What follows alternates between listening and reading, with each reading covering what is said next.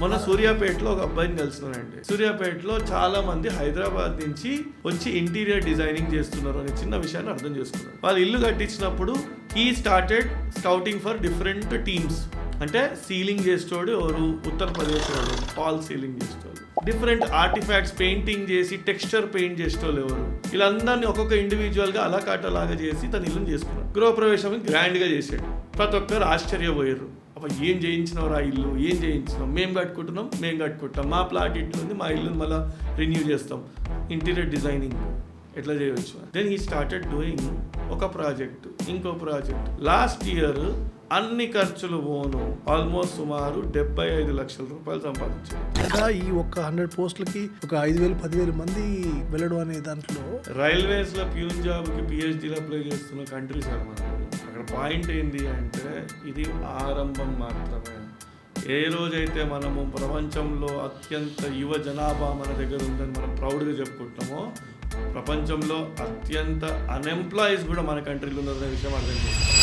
Hello viewers, మీ convenience కోసం we started a new channel RWV clips, rewind with విశ్వ clips. Main పాడ్కాస్ట్లోంచి చిన్న క్లిప్స్ని ఈ ఛానల్లో ప్రజెంట్ చేస్తున్నాను. Please subscribe to RWV clips. Thank you. మొన్న సూర్యాపేటలో ఒక అబ్బాయిని కలిసినానండి. ఓకే, ఆ అబ్బాయి సూర్యాపేటలో చాలా మంది హైదరాబాద్ నుంచి వచ్చి ఇంటీరియర్ డిజైనింగ్ చేస్తున్నారు అనే చిన్న విషయాన్ని అర్థం చేసుకున్నాడు. అతను ఇంజనీరింగ్ చేసిండు, అతను మెకానికల్ ఇంజనీరింగ్ చేసిండు, కానీ అతనికి ఒక టేస్ట్ ఉంది. వాళ్ళు ఇల్లు కట్టించండు. వాళ్ళు ఇల్లు కట్టించినప్పుడు తనకు ఏమర్థమైంది అంటే ఐటీలో పనిచేస్తూ అతను ఐటీలో తన జీతం ఒక 50,000. వైశ్య కమ్యూనిటీ నుంచి వచ్చినాడు, కొంచెం తెలివి ఉంది, middle class or upper middle class family. కానీ అతనికి అర్థమైన పాయింట్ ఏంటి అంటే ప్రతి ఒక్క వర్కర్ని హైదరాబాద్ నుంచి ఇతను ఎందుకు వీడిని పట్టుకోవడం ఎందుకు అని he started scouting for different teams. అంటే సీలింగ్ చేసేవాడు ఎవరు, ఉత్తరప్రదేశ్ వాడు ఫాల్ సీలింగ్ చేసేవాళ్ళు, ఫర్నిచర్ చేసే కార్పెంటర్ ఎవరు అని ఎతికాడు, మార్బుల్ పాలిషింగ్ చేసేవాడు ఎవరు, డిఫరెంట్ ఆర్టిఫాక్ట్స్ పెయింటింగ్ చేసి టెక్స్చర్ పెయింట్ చేసేవాళ్ళు ఎవరు. అలా ఒక్కొక్కరిది రీసెర్చ్ చేసి తన పేరెంట్స్ తన కోసం కట్టుకున్న ఇంటి కోసం అన్ని సెక్టర్ సర్వీసెస్ అందరూ మాన్యువల్ బ్లూ కాలర్ లేబరే. బీహార్ వాళ్ళు, యూపీ వాళ్ళు, అసలు లోకల్ వాళ్ళు ఎవరు లేరు, తెలుగు వాళ్ళే లేరు దాంట్లో. వీళ్ళందరినీ ఒక్కొక్క ఇండివిజువల్గా అలాగా చేసి తన ఇల్లుని చేసుకున్నాడు. గృహప్రవేశం గ్రాండ్గా చేసాడు. ప్రతి ఒక్కరు ఆశ్చర్యపోయారు. అప్పుడు ఏం చేయించినావు రా ఇల్లు, ఏం చేయించినాం, మేము కట్టుకుంటాం, మా ప్లాట్ ఇట్లు ఉంది, మా ఇల్లుని మళ్ళీ రెన్యూ చేస్తాం, కొంచెం అందరి నంబర్లు ఇస్తావా. వీడికి వచ్చిన ఆలోచన వచ్చింది, ఇంటీరియర్ డిజైనింగ్ ఎట్లా చేయవచ్చు. వాళ్ళందరికీ ఒక ఇల్లు తీసుకొని కరెక్ట్ వర్కర్లు 2-3 పట్టుకొని దెన్ హీ స్టార్టెడ్ డూయింగ్ ఒక ప్రాజెక్టు, ఇంకో ప్రాజెక్టు. లాస్ట్ ఇయర్ అన్ని ఖర్చులు పోను ఆల్మోస్ట్ సుమారు 75 లక్షల రూపాయలు సంపాదించాడు అతను profit in an year. 1 year. I'm not exaggerating. ఎవరైనా చూస్తే కూడా వాళ్ళకి ఇంత మిగిలి ఉంటుందా, అంత ఖర్చులు ఉంటాయా, కానీ ఎస్ లేబర్ ప్రాబ్లం ఉంది దీంట్లో. అవును, ఇట్స్ నాట్ ఈజీ. అంత మాట్లాడుకున్నంత ఈజీ కాదు, కష్టపడిండు. కానీ అక్కడ చేసింది ఏంది, ఇక్కడ మనం మాట్లాడుకుంటున్న పాయింట్ ఏంటి అంటే ఒక వర్జిన్ ఏరియా, అంటే ఒక కొత్త ఏరియా, ఆ ఏరియాలో వేరే ఏరియా నుంచి తెస్తున్న ఒక సర్వీస్ అయినా కానీ ప్రోడక్ట్ అయినా కానీ anything, if you identify that spot, ఆ వ్యాక్యూమ్ని ఐడెంటిఫై చేసుకుంటే ఇండియా ఈజ్ వెరీ బిగ్. కొత్త ప్రొఫెషన్స్కి ఇవ్వచ్చు. అలానే మనం అలాంటి ప్రొఫెషన్నే మనం ఒక ప్రొఫెషనల్గా చదువుకున్నాం అనుకోండి, బీటెక్ తర్వాత ఎప్పుడో డిజైన్ చేసే బదులు అదే ఇంటర్ తర్వాత ఒక ఇంటీరియర్ డిజైనింగ్ చేస్తే. మన ఈ మధ్యలో నేను ఒక ఫుట్వేర్ డిజైన్ అనే కోర్స్ ఉంది ఇంటర్ తర్వాత 4 years డిగ్రీ, నీష్ మార్కెట్. అంటే దీంట్లో మొత్తం సార్ లైఫ్లో మనం ఫ్రాక్షన్స్ నేర్చుకున్నాం చిన్నప్పటి నుంచి. డినామినేటర్ ఎంత తక్కువ ఉంటే వాల్యూ అంత పెద్దది. డినామినేటర్లు ఎక్కువ మంది అయ్యారు అనుకోండి, వాల్యూ తక్కువ ఉంటుంది. సో నేను ఎప్పుడు ఇది చెప్తుంటా, కుల వృత్తులు అని అంటుంటా అప్పుడు.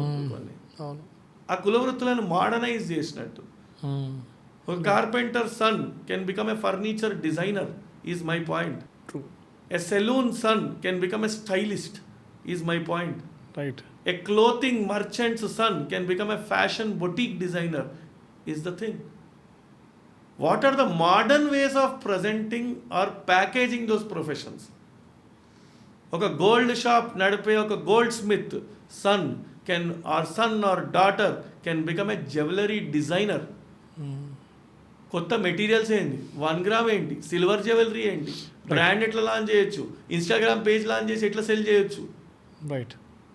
సో ద న్యూ టచ్ మనం ఏమి ఇస్తున్నాము అనేది ప్రొఫెషన్స్ క్రియేట్ చేస్తేనే ఒక సొసైటీలో what is society sir, per capital income అందరిది పెంచుతనే కదా. ఎగ్జాక్ట్లీ. అవును. మనం ఎంతసేపు నాకు ఎప్పుడో అనిపిస్తుంటుంది అప్పుడప్పుడు, ఇన్ని డిగ్రీలు చేస్తారు ఇంతమంది నిరుద్యోగులు తయారైతే నిరుద్యోగ భృతి కావాలి అని ఎవరిని కొట్లాడితే సడన్గా ఒక అతన్ని అన్ఎంప్లాయీస్ అసోసియేషన్, నిరుద్యోగుల అసోసియేషన్ ప్రెసిడెంట్, ఆయన జాబు వచ్చిందంట, సడన్గా ఆ జాబ్ పోయింది. ఎందుకు నిరుద్యోగులు తయారవుతున్నారు? Let's understand that logic. పని దొరుకుతలేదు అని అంటారు, ఈరోజు గిగ్ వర్కింగ్ వచ్చింది. ఎస్, ఇది నేను మాట్లాడుతున్నప్పుడు వీడు బాగా తిండి ఎక్కువ మాట్లాడుతున్నాడు ఎవరో కూడా అనొచ్చు నన్ను. నువ్వు చూస్ చేసుకున్నావు. ఇప్పుడు నేను ఆంటర్ప్రెన్యూర్షిప్ రన్ చేస్తున్నావు, కంపెనీ రన్ చేస్తున్నప్పుడు I have chosen this path.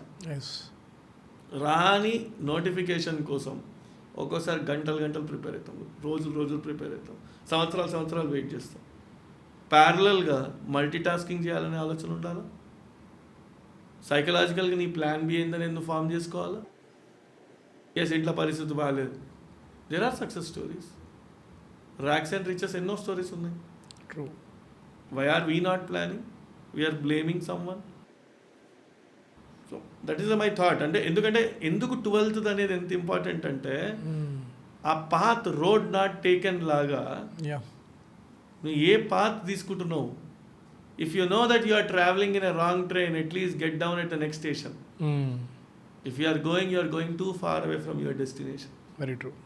So that's my point. నాకు అంటే ఇందాక when you were telling about this thing, మొన్న ఎక్కడో ఒక వీడియో చూసారు యాక్చువల్లీ, ఐ థింక్ వరంగల్లోనే ఎక్కడో ఒక 100 పోస్టులు 150 పోస్టులకి ఏదో ఒక ఐ థింక్ గవర్నమెంట్ పోస్టులకి వెళ్తే ఒక అసలు నాకు తెలిసి not less than 5,000 people they applied. Or బయట ఆఫీస్కి జనం అప్లికేషన్స్ కోసం దేనికోసం విపరీతంగా పరిగిస్తుంటూ అసలు లిటరలీ షాక్. అసలు నేను ఏంటి ఇలాంటి స్పేస్ ఇంకా జరుగుతుందా అంటే, ఇంకా ఈ ఒక 100 పోస్టులకి ఒక 5,000-10,000 మంది వెళ్ళడం అనే దాంట్లో.